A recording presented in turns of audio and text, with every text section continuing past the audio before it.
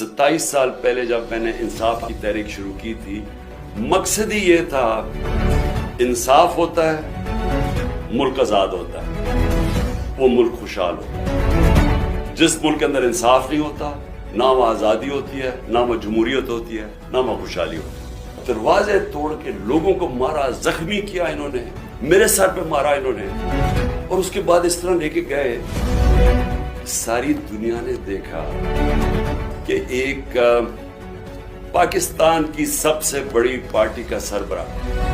वो पाकिस्तानी जिसको सारी दुनिया और पाकिस्तान 50 साल से जानता है, पहले क्रिकेट से मुझे 20 साल जानते थे,